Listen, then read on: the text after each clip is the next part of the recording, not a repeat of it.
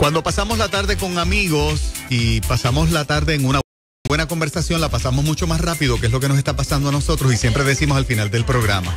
Llegaron buenos amigos, Moraima. Qué bueno, un qué excelente bueno. amigo de esta casa. Excelente amigo. Oye, yo veo en él una enciclopedia andante. Lo es. ¿Verdad que sí? ¿Habrá sido nerd en algún momento de su vida?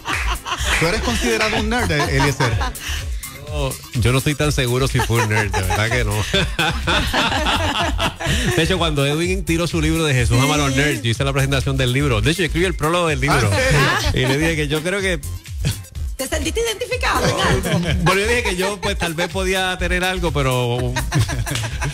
reconozco que podía ser de los que me lo relajaba. Ok, muy bien. Pero Dios ha trabajado conmigo. Muy bien. Un poquito. El testimonio nos lo das otro día. Sí, de cómo viniste a Cristo y todos los pecados que el Señor te perdonó. Bueno, Eliezer es sociólogo y estamos hablando con él un tema desde el punto de vista, ¿verdad?, de la sociología también, de la disciplina. Tú sabes que tenemos tantos extremos hoy día, tenemos una sociedad que tal vez nosotros un poquito podemos ser parte de esa generación en que acreditamos y recomendamos que la disciplina, cuando también es física, es más efectiva. Recuerden que hubo un maestro que perdió la tabla hace un año atrás. En las redes sociales corrió una tremenda prendida que se dio y habló hasta un poquito fuerte. El país le aplaudió al maestro eso, porque así es que los estudiantes aprenden, y realmente yo creo que pudimos ver un ángulo de lo que socialmente el país quiso decir con la firmeza del maestro. ¿Verdad? Por poner un ejemplo. Claro. Porque el extremo es, o somos totalmente blandengues y le permitimos todo a las nuevas generaciones, o entonces tendemos a irnos al otro extremo de castigar físicamente más allá de la línea, sin ninguna muestra de amor, y de repente tú tienes a alguien con mucho coraje que entra en el mundo de la delincuencia, que consume droga, que odia a sus padres y que odia a la sociedad, y que coge un rifle y masacra yo no sé cuánto en las escuelas, que es otra de las cosas que tenemos en lo cotidiano. Ahí está el detalle, en los extremos. Exacto. Extremos. Eliezer, ¿cómo podemos ir cayendo como que en un punto de balance para todos los que estamos escuchando, los que estamos aquí, los que están escuchando la emisora? Claro, mira, el tema de la disciplina es un tema que genera muchas pasiones, mucha controversia, naturalmente, sobre cómo la gente entiende que nadie me tiene que decir a mí cómo yo tengo que criar a mis hijos o a mis nietos o a mis familiares. Hay posiciones tan extremas como personas que dicen a los únicos que pueden regañar a mis hijos soy yo, que no permiten ni que un maestro discipline a sus hijos o que algún otro líder recreativo o inclusive de la iglesia llame la atención de ese niño, porque esa es la persona que está llamada a disciplinarlo. Hay personas que de lo contrario, pues mientras más se unan al combate, pues mejor todavía. Pero sobre todas las cosas, yo creo que uno de los issues de mayor discusión o preocupación tiene que ver con dónde se ubica la disciplina física con los niños. Yo creo que y no solamente con los niños, sino con la sociedad a nivel general, porque el tema de la disciplina no es algo que únicamente se hace en edades tempranas, sino que en el desarrollo de la vida de ese niño que va entrando en la adolescencia y que va generando inclusive en la juventud, y inclusive siendo un joven universitario, las dinámicas disciplinarias están ubicadas, porque el fin, lo que nosotros intentamos con el proceso de la disciplina es generar carácter en esa persona y que haya formación, que haya la capacidad de poder enfrentar la adversidad y enfrentar también las consecuencias de los actos que nosotros tenemos, porque miren, todos nosotros sabemos que si usted llega tarde a una película del cine, pues usted se perdió el principio. Eso tiene unas consecuencias, ¿verdad? No le va a ganar para atrás, ¿verdad? Nadie va a detenerlo porque usted llegó tarde, ¿verdad? Y eso puede ser un ejemplo muy simplista, ¿verdad? Como si usted se come la luz, pues el policía le va a dar un boleto, ¿verdad? O en el peor de los casos puede ocasionar un accidente con una persona con unas consecuencias que pueden ser muy, muy desastrosas. Así que la dinámica de la disciplina, la intención es generar formación de carácter, esa enseñanza frente a la adversidad. Y conversábamos fuera del aire utilizando particularmente quizás ese concepto del Génesis. Cuando nosotros nos vemos en ese primer hombre creado y la mujer creada en Adán y Eva, que tienen todas las posibilidades para hacer lo que gusten en el Edén. Exacto. De hacer con el Edén lo que quisieran, disfrutar de todos los frutos que habían allí, pero obviamente con la advertencia, mira, hay un árbol ahí que de ese no puedes comer, Y pues nosotros conocemos la historia, viene Satanás, la serpiente, le dice que le perturba el mensaje, dice no es que te vas a morir, es que ese día vas a ser como Dios. Y ese sentido de querer ser lo que uno no es, asumir una posición contraria a la naturaleza y a la imagen de Dios, pues genera una serie de dificultades. Y nosotros conocemos la historia, ellos se esconden, están desnudos, Dios los llama, ellos dicen que tienen miedo. Dios le dice, pero ¿por qué tú tienes miedo si yo te estoy llamando? Y entonces empieza la guerra de la culpa. Fue la mujer que tú me diste, y entonces fue la serpiente. Y hay toda una serie de cosas. Algunos intérpretes de este texto han utilizado de que la expresión de lo que ocurre aquí en el Génesis es que desde los más sádicos y más fuertes en la interpretación dice, pues Dios los castigó por su pecado. Y hay algunos que han dicho, pues mira, sí, Dios los corrige, pero realmente Dios no les priva la vida, Dios no los extermina. Dios les dice, bueno, pues ahora pues vas a parir, va a ser doloroso, y le dice al hombre, y ahora con el sudor de tu frente tienes que ganarte todo este asunto. Algunos teólogos han afirmado que lo que ocurre en el Génesis no es nada más y nada menos que el decirle, cuando tú quieres disfrutar de todos estos beneficios que hay aquí, que es el fruto, que es compartir, es recrearte en esta tierra que ha sido creada, pues tienes que trabajar para eso. Hay que ponerse para su número, como diríamos aquí en nuestro entorno. Exacto. Y en el caso de la mujer, nunca se le ha privado la posibilidad de poder generar vida. Simple y llanamente que hay una explicación que de ese proceso de procreación se enfrenta adversidad, es doloroso. Es hermoso, pero es difícil. Es doloroso, y el proceso del embarazo pues también tiene sus complejidades. ¿Qué es lo que nosotros queremos ver desde la perspectiva de la disciplina? Porque yo creo que este ejercicio también tendríamos que hacer algún tipo de reflexión teológica sobre todas las cosas, donde si nosotros consideramos que Dios es el Padre por excelencia y que es el modelo de corrección, de formación, de desarrollo, de vida hacia el ser humano, ese análisis del libro de Génesis, particularmente con la desobediencia de su obra majestuosa, que es la humanidad, que le ha faltado, que ha perturbado lo que ellos son como imagen de Dios, cómo Dios opera en todo eso. Y Dios en ese caso les dice a ellos que tienen que enfrentar unas consecuencias con sus actos. No se murieron. Dios no los mató, Dios les dio, pues obviamente en la vida nos va a llevar a condiciones que tal vez en el ocaso nos encontramos con cosas que no habíamos pensado. Tú quieres trabajar, tú quieres tener fruto, perfecto, lo vas a tener, tienes que trabajar. Quieres ver multiplicarte como familia, como quieres verte reproducido en otras personas, eso va a ser grato, pero va a tener su sacrificio, va a ser doloroso.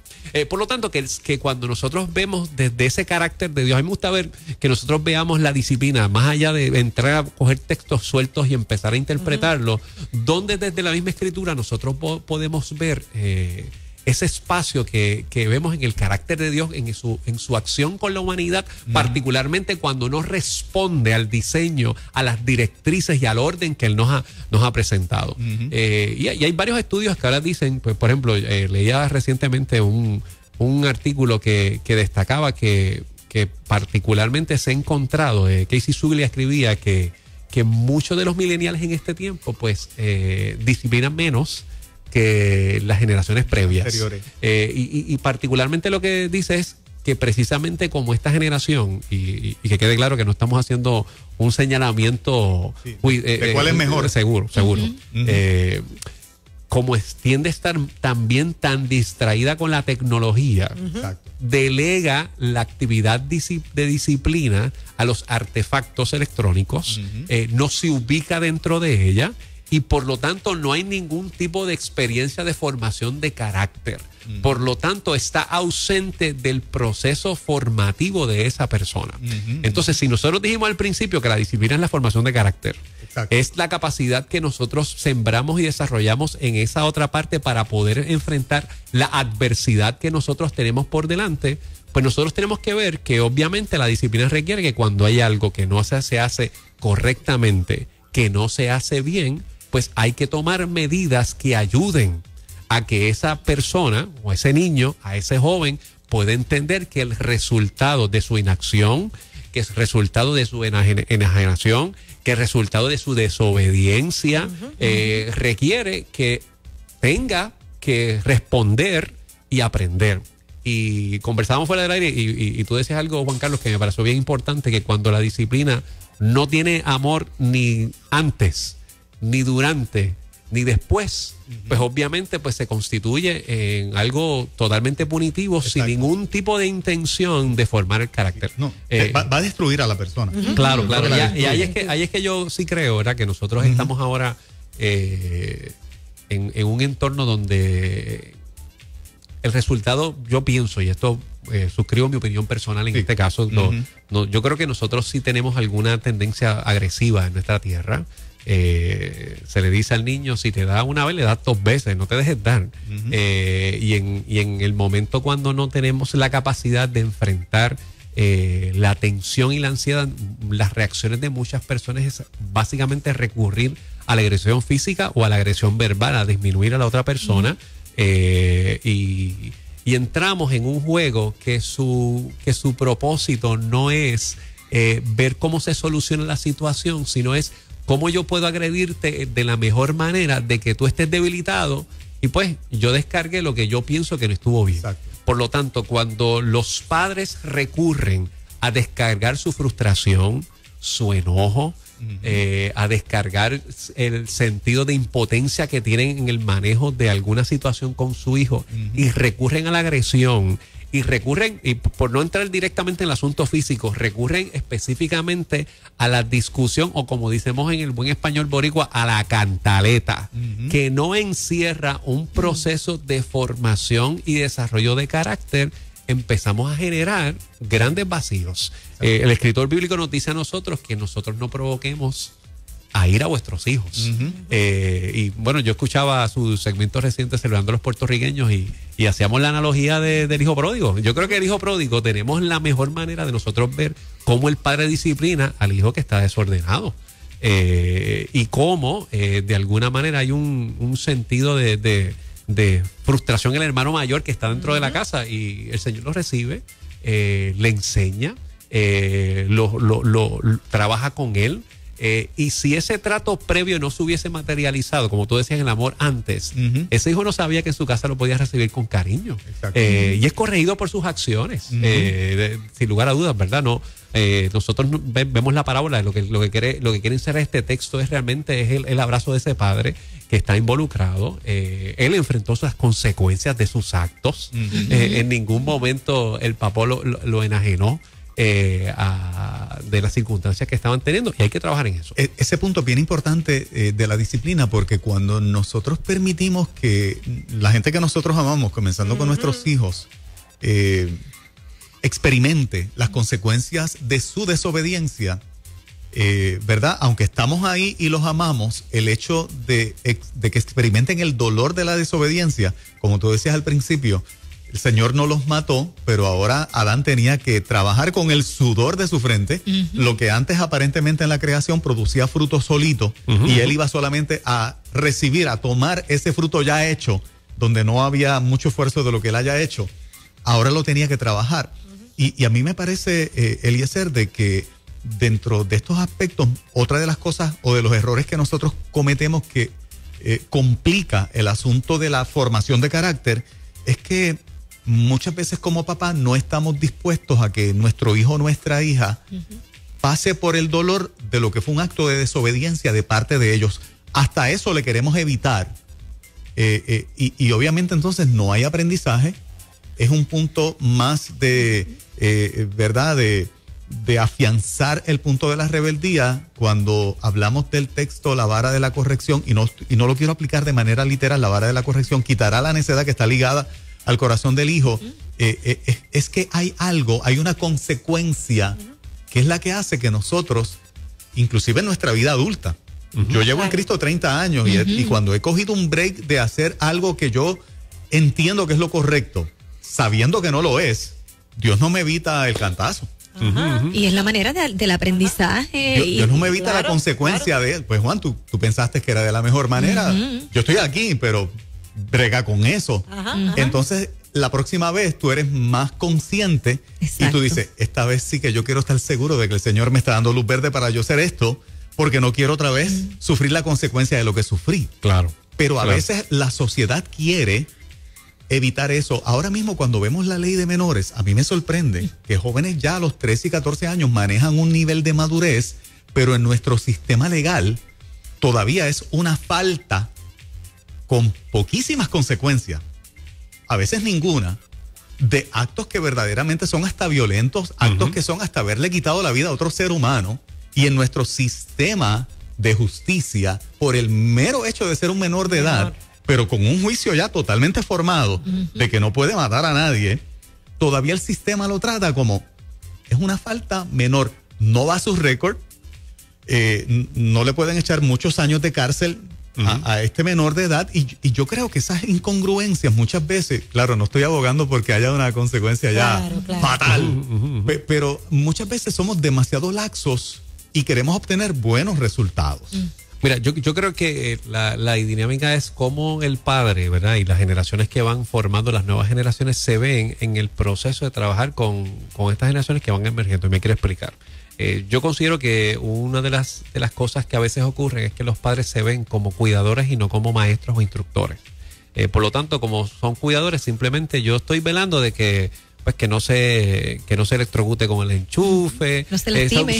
Son asuntos más mínimos, pero no se ven como yo le puedo dar lecciones de vida. Es decir, cuando nosotros no tenemos la iniciativa de empezar a formar el carácter de la persona, pues por lo tanto no voy a tener maneras de entrar en la disciplina de esa persona.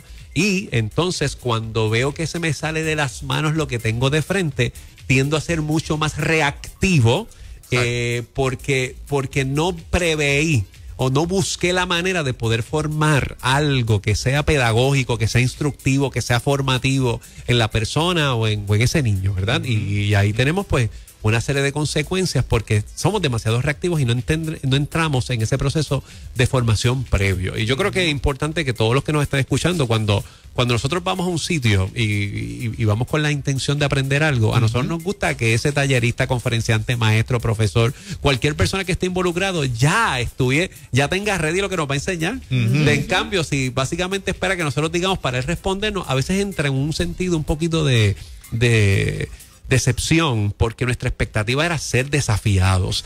Y los niños necesitan ser desafiados, los jóvenes necesitan ser desafiados, y los padres deben ser proactivos, y las personas. Por último, Joseph Campbell decía que en El héroe de las mil máscaras, todas las personas, cuando él escribe esta teoría, un sociólogo, y él dice que los héroes míticos siempre tenían vacíos en sus familias y tenían que ver otras personas para levantarlo. Y usted mire, todos los superhéroes que usted conoce, todos tienen problemas en su familia. O alguien faltó, alguien murió, o alguien no estuvo presente, su abuelo, su tío. Y usted tiene la historia de Superman, no tenía a sus papás. Usted tenía la historia de Batman, era huérfano. Usted tiene la historia de Spider-Man, que vivía con sus tíos. Son personas que dentro de ese vacío familiar se unen en el proceso de formación para sacar el héroe que hay en él. Y Campbell lo que quiere decir, tiene que haber gente que se ubique en la disciplina, en la formación, porque hay vacíos que pueden sacar héroes de estas nuevas generaciones. Wow. Excelente. Sí. Eliezer, gracias por este rato que tú pasas con nosotros, por lo menos una vez cada 2 semanas. ¿Verdad? Qué bueno que el tiempo se va rápido, porque hace como que un ratito que lo teníamos y ahora volvemos y lo tenemos. Así mismo. La gente que quiere hacer contacto contigo, ¿cómo lo puede hacer? Pues mira, soy pastor de la Iglesia de Discípulos de Cristo Metropolitana, que estamos ahí en la Américo Miranda. Muchos le conocen como la Santo, ahí cerquita del Centro Médico. Se puede comunicar con nosotros al 787-781-2171, 787-781-2171, para ver servicios de acompañamiento pastoral y obviamente nuestra programación en nuestra página de Facebook ICDC Metro. Estamos a sus órdenes. ¿La conocen como la Iglesia Santo